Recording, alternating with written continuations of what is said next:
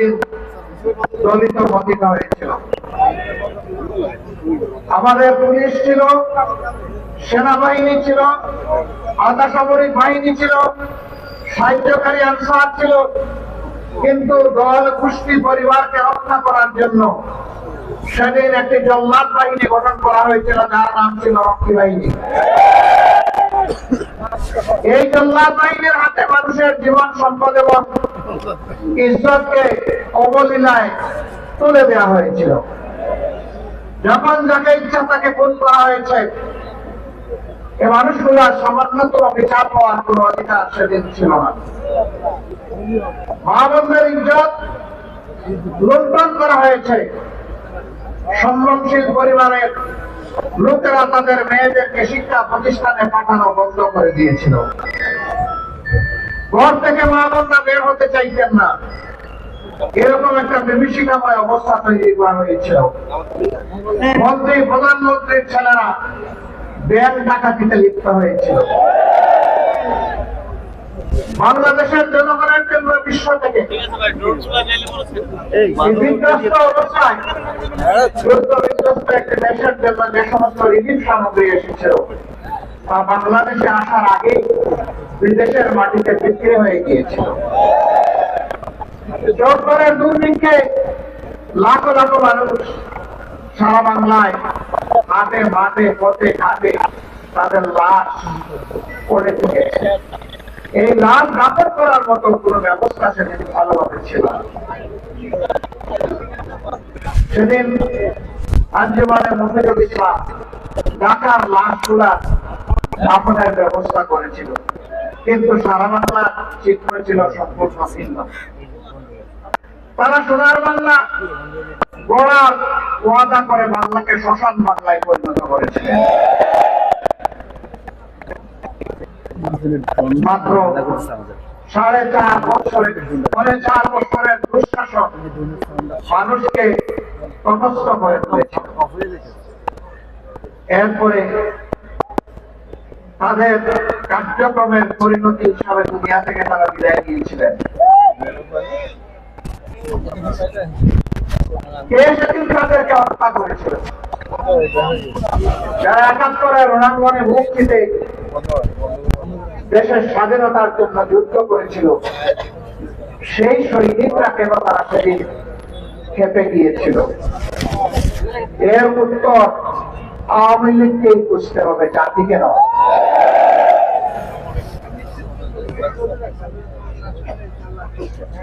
সম্মানিত বন্ধুগণ,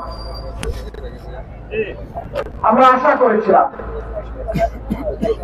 72-এর 10 জানুয়ারি থেকে 75-এর 15 আগস্ট পর্যন্ত দেশে যে ফ্যাসিবাদ কায়েম হয়েছিল, এক নায়কতন্ত্র কায়েম হয়েছিল,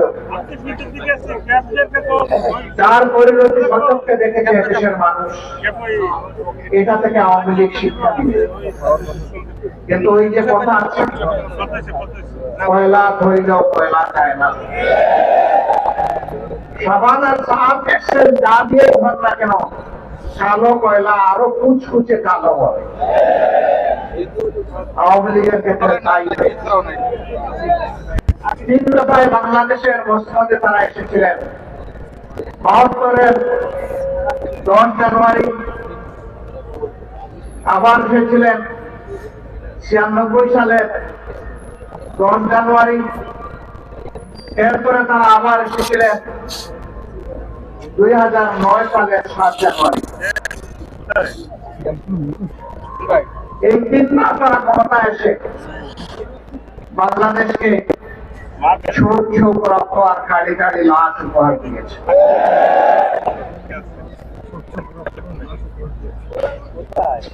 96 সালে ক্ষমতায় আসার আগে হাত জোড় করে তারা জনগণের কাছে ক্ষমা চেয়েছে। অতীতে আমাদের দল বাংলাদেশের জনগণের সাথে যে অন্যায় আচরণ করেছে, যে জুলুম করেছে, আমরা বিনা শর্তে মাপ চাই। একটিবারের জন্য আমাদেরকে আপনারা ক্ষমতায় দিন, আমরা ভালো হয়ে গেছি, এখন দেশের জন্য ভালো কিছু করতে চাই। হাতে তসবি ছিল, মাথায় ভূমিকা ছিল। জনগণ সহজ সরল ভাবে ধারণা করেছিল তাদের মানসিকতার পরিবর্তন হয়েছে, কিন্তু না, যখন তারা মসনদে বসলেন তারা আপন রূপে আত্মপ্রকাশ করলেন। আপনাদের মনে থাকার কথা, তৎকালীন প্রধানমন্ত্রী চট্টগ্রামে গিয়ে বলেছিলেন, চট্টগ্রামের নেতাদেরকে তিরস্কার করে একটা হত্যাকাণ্ডের ঘটনাকে কেন্দ্র করে তোমরা কি হাতে চুরি করে বসে আছেন? তিনি ঘোষণা দিয়েছিলেন, আর যদি আমার দলের একটা মানুষকে হত্যা করা হয় তাহলে তার বিনিময়ে 10টা লাশ ফেলে এই ছিল একটা প্রধানমন্ত্রীর দায়িত্ব জ্ঞানের তারা তাই করেছে। সেই সময়টায় কালের বিলে নদীতে নালায় জঙ্গলে হাটে মাঠে সর্বত্র মানুষের টুকরা টুকরা লাশ পাওয়া। এরপরে জনগণের দ্বারা আবার অস্থিতিশীল পরিবেশ সৃষ্টি করে 2006 সালের 28 অক্টোবর প্রকাশ্য দিবালোকে বন্ধন করে সাপকে যেভাবে মারা হয় সেইভাবে নদী পরীক্ষা দিয়ে পিটিয়ে পিটিয়ে মানুষ হত্যা করা হয়। এমনকি বিশ্ববিবেক আর মানবতাকে লজ্জা দিয়ে সেদিন মাটিতে পড়ে যাওয়া নিখোঁজ শরীরের উপর উঠে তারা লাফালাফি নাচানাচি করেছিল। এরা কোন প্রজাতি? এরা কি আসলেই মানুষ প্রজাতি? পশু এরকম আচরণ করে, তারা তাই করেছিলেন। সেদিন টেলিভিশনের সামনে বসে থাকা শিশুরা চিৎকার দিয়ে অনেকে বেহুশ হয়ে পড়েছিল। দেশ বিদেশ থেকে ধিক্কার জানানো হয়েছিল, কিন্তু না, তারা এর মধ্য দিয়ে জানান দিয়েছিল আগামীতে সবে বয়ে কৌশলে আমরা ক্ষমতায় যাবই, আর আমরা ক্ষমতায় গিয়ে যা করবো আজকে তার একটা রিহার্সেল দেখালাম বিশ্ববাসী। সেই তারা ক্ষমতায় এসে বিডিআরের পিলখানায় হত্যাকাণ্ড থেকে শুরু করে জামাতে ইসলামের সম্মানিত নেতৃবৃন্দকে হত্যা করার মধ্য দিয়ে তারা যে খুনের রাজত্ব কায়েম করেছিলেন, আমরা তার বিভৎস চেহারা সন্ধ্যা চত্বরে দেখেছি। আমরা বাংলাদেশের সর্বত্র দেখেছি, এমন কোন জনপদ নেই যেখানে তাদের হাতে মানুষ খুন হয়নি। এমন কোন জনপদ খুঁজে পাওয়া যাবে না আমাদের মাদের ইজ্জত তাদের হাতে যেখানে লুণ্ঠিত হয় নাই। একটা প্রতীকে ভোট দেওয়া অপরাধে নোয়াখালীর সুবর্ণচরে আমার একজন মায়ের কি অবস্থা হয়েছিল, 18 কোটি মানুষ তার সাথে। 5 আগস্টের পরিবর্তনের পর সেই পরিবারে গিয়েছিলাম, ওদের কথা শুনে আমরা আমাদের বুক সামলাতে পারি। বলবেন এর আগে যাননি কেন? এর আগে যাওয়ার কোন পরিবেশ আমাদের জন্য ছিল না। আমরা যখনই পরিবেশ পেয়েছি তখনই তাদের কাছে ছুটে গিয়েছি। তাদের দুঃখ কষ্ট, তাদের ব্যথা বেদনা আমরা দূর করতে পারবো না, কিন্তু তাদের দুঃখ কষ্টের অংশীদার হওয়া থেকে আমাদের নাগরিক চাই। আমরা সেই অংশীদারিত্ব শুধু নিয়েছি। সম্মানিত বন্ধুগণ, এই যে গুণ দর্শন আয়নাগড়ার গুণের রাজনীতি শুরু হলো, শেষ পর্যন্ত তার পরিণতি ভোগ করে তারা 5ই আগস্ট বাংলাদেশ থেকে পালায় গেল। এক চোর মারার আগে বলতো, দেখো আমি ঘরে ঘরে চুরি করে তোমাদের বড় ক্ষতি করেছি, কষ্ট দিয়েছি, আমাকে তো সেইভাবে এদেশের প্রশাসন শাস্তি দেয় নাই, কিন্তু আমি শাস্তি দিয়ে দুনিয়াতে বিদায় নিতে চাই, অথবা বিদায় নেওয়ার পরে শাস্তি নিয়ে আমি আসরের ময়দানে হাজির হতে চাই। আমার শাস্তিটা কিছু লাঘব হয়। আমি যখন মরে যাব আমার লাশটা তখন তোমরা ওই বড় রাস্তার উপর বড় গাছের ডালে তোমরা ঝুলিয়ে রাখবা, আর যেই এদিকে যাবে সেজন্য আমার লাশের উপর একটা ঢিপ ছুড়ে। লোকেরা ভাবলো তার অনুশোচনা এসেছে, তার বসিরত রক্ষা করা দরকার। তার কথা অনুযায়ী তাকে ঝুলিয়ে দেওয়া হলো। বোকা লোকেরা বুঝে নাই, যেই যাচ্ছে ঢিল ছড়ে, যেই যাচ্ছে ঢিল ছড়ে। ইতিমধ্যে থানা পুলিশ এই ব্যাপারে অবহিত হয়েছে, তারা এসে দৌড়ায় হাজির। এই অবস্থা দেখে তারা শয়ে শয়ে পুলিশ গোটা গ্রাম এলাকা ঘেরাও করে পুরুষদেরকে গ্রেফতার করতে শুরু করলো। তখন জনগণ বুঝতে পারলো দুঃস্থ চুর কি কারণে আমাদেরকে ওসিয়ত করেছিল। ও মরার আগে আমাদেরকে কষ্ট দিয়েছে, মরার পরে আমাদেরকে কষ্ট দিতে চেয়েছে।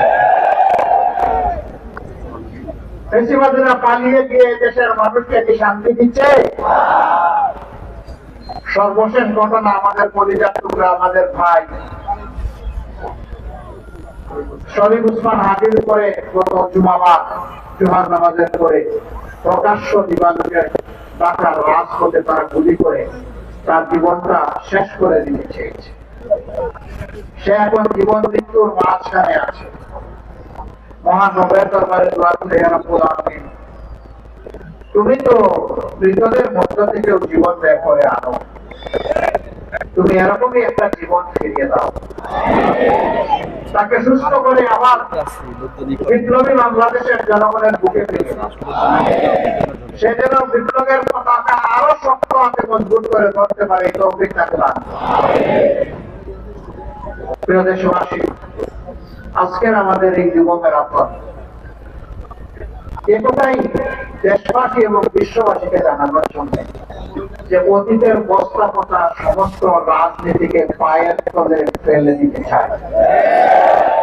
এই রাজনীতি বাংলাদেশে অচল। এই রাজনীতির পাহারাদারি যারা করতে পারবে তারা অচল মাঝে পরিণত হবে। এখন বাংলাদেশে নতুন রাজনীতি করতে হবে। এই রাজনীতি হবে দেশ জাতির স্বাধীনতা এবং সার্বভৌমত্বের পক্ষে। যেই রাজনীতি হবে বিশ্বের মাথা উঁচু করে দাঁড়ানোর পক্ষে। যেই রাজনীতি হবে দুর্নীতির বিপক্ষে। যেই রাজনীতি হবে চাঁদাবাজদের বিপক্ষে। যেই রাজনীতি হবে দখলদারদের বিপক্ষে। যেই রাজনীতি হবে বাংলাদেশের বিপক্ষে। যেই রাজনীতি হবে দর্শনকারীদের বিপক্ষে। সম্মানিত বন্ধুগণ, আমরা শান্তির এক টুকরা বাংলাদেশ চাই। এমন বাংলাদেশ চাই যেই বাংলাদেশের প্রাণ হবে যুব সমাজ। এই যুব সমাজের হাত ধরে আজকের ম্যারাথন যেমন এগিয়ে যাবে, আগামীকালের বাংলাদেশও তেমনি এগিয়ে যাবে ইনশাআল্লাহ। মুক্তির এই মিছিল মুক্তির মঞ্জিলে না পৌঁছা পর্যন্ত আর থাকবে না ইনশাআল্লাহ। আমরা বারবার বলে আসছি, আমরা আমাদের দলের বিজয় চাচ্ছি না, আমরা চাচ্ছি 18 কোটি মানুষের বিজয়। এই বিজয়ই হবে আমাদের দলের বিজয়। 18 কোটি মানুষের বিজয় হিসাবে যা চিহ্নিত হবে সেই বিজয়ের আমরা হব অংশীদার ইনশাআল্লাহ। আর এই বিজয়ের পথে বাধার যত দেয়াল তুলে দেওয়া হবে, এই যুবকরা লাঠি মেরে সমস্ত দেয়াল ভেঙে চুরমার করে দেবে। কোন দেয়ালে আমরা টিকতে দেব না, কোন ষড়যন্ত্র করে লাভ হবে না। কেউ যেন নিজেকে অতিরিক্ত ধূর্ত না ভাবেন। জনগণ এখন তার নিজের বুঝটা বুঝতে শিখেছে, তারকে কাউকে আর ছাড় দেওয়া হবে না। কোন কালো হাত সামনের দিকে এগিয়ে আসলে সেই কালো হাত জনগণ অবশ করে দেবে। কালো টাকার বিনিময়ে মানুষকে কেনার দুঃসাহস দেখালে তাদের মুখে ছাই মেরে দেওয়া হবে। আগামীতে যে নির্বাচন ফেব্রুয়ারি মাসে অনুষ্ঠিত হবে 11 তারিখ 12 তারিখ, সেই নির্বাচনের মধ্য দিয়ে বাংলাদেশের নতুন ইতিহাসে গৌরব উন্মোচন হবে ইনশাআল্লাহ। এই নির্বাচনে যুবক যুবা, তরুণ তরুণী, যারা প্রাপ্তবয়স্ক এবং যারা মোটা দেশে বিদেশে, তাদের ভোট দিয়ে কেউ যেন কোন ধরনের কারিগরি এবং সিনেমিনি খেলার চেষ্টা না করেন। ইনশাআল্লাহ জনগণের সম্মিলিত প্রতিরোধের মুখে কোন ষড়যন্ত্র থাকলে সব কিছু ভেসে যাবে। প্রশাসনের প্রতি আমাদের অনুরোধ, আপনাদের উপর রাষ্ট্রের যে দায়িত্ব অর্পিত হয়েছে সেই দায়িত্ব সুষ্ঠুভাবে পালন করুন। নির্বাচন সুষ্ঠুভাবে অনুষ্ঠানের জন্য এখন নির্বাচন কমিশনকে তাদের দায়িত্ব যথাযথভাবে পালন করতে হবে। আমরা তাদের কাছে কোনো আনুকূল্য চাই না, কিন্তু সাবধান করে দিচ্ছি, যদি কারো প্রতি সামান্য কোনো আনুকূল্য দেখানো হয় তা বরদাস্ত করা হবে না।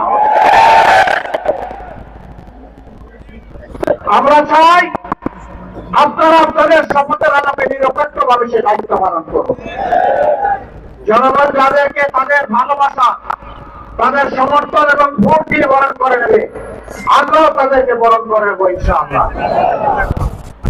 কিন্তু জনগণের ভালোবাসাকে অপমানিত করে, উপেক্ষা করে বাঁকা রাস্তায় কেউ চলতে চাইলে সেই রাস্তা বন্ধ করে দেওয়া হবে। আসুন মুক্তির এই মিছিলে আমরা সবাই শরীক হই। জনজীবনে শান্তি সমৃদ্ধি ফিরে না আসা পর্যন্ত, ভালোবাসার একটি মানবিক সমাজ প্রতিষ্ঠা না হওয়া পর্যন্ত, তারুণ্যের দুর্বার গতির সমাজ প্রতিষ্ঠিত না হওয়া পর্যন্ত আমাদের ম্যারাথন অব্যাহত থাকবে। এই ম্যারাথনে অংশগ্রহণ করার জন্য সকলকে আন্তরিকভাবে ধন্যবাদ জানিয়ে, কৃতজ্ঞতা জানিয়ে আমরা আমাদের ম্যারাথন এখনই শুরু করব। সবাইকে আমরা ম্যারাথনে অংশগ্রহণ করার জন্য আহ্বান জানাচ্ছি। আল্লাহ হাফেজ। বাংলাদেশ জিন্দাবাদ, বাংলাদেশ জামাত ইসলামী জিন্দাবাদ, বাংলাদেশের স্বাধীনতা সার্বভৌমত্ব আল্লাহ তাআলা কিয়ামত পর্যন্ত বহাল রাখুন। আল্লাহ হাফেজ। আসসালামু আলাইকুম ওয়া রাহমাতুল্লাহি ওয়া বারাকাতুহু। সম্মানিত ভাই এবং বন্ধুগণ, আমাদের আজকের ঐতিহাসিক যুব ম্যারাথনের কার্যক্রম আমাদের সম্মানিত প্রধান অতিথি বাংলাদেশ জামাত ইসলামের সংগ্রামী আমিরের